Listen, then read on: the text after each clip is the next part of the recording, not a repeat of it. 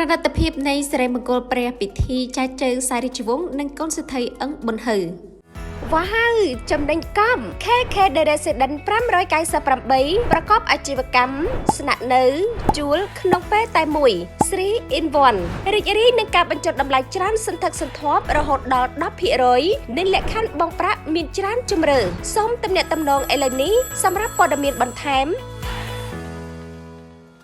កម្មវិធីសិរីមង្គលព្រះពិធីចែកជើងអង្គម្ចាស់ក្សត្រីនរោត្តម ពងសូរិយាជាមួយនឹងកូនកំលោះអឹងស៊ីវឈុនដែលជាកូនប្រុសទី3របស់សេដ្ឋីអឹងប៊ុនហឺបានប្រព្រឹត្តទៅចប់សពគ្រប់ហើយទទួលបានការជូនពរពីសំណាក់មហាជនច្រើនកកបន្ទាប់ពីកម្មវិធី proposal បែបបច្ចឹមប្រទេសកាលពីចុងខែកុម្ភៈឆ្នាំ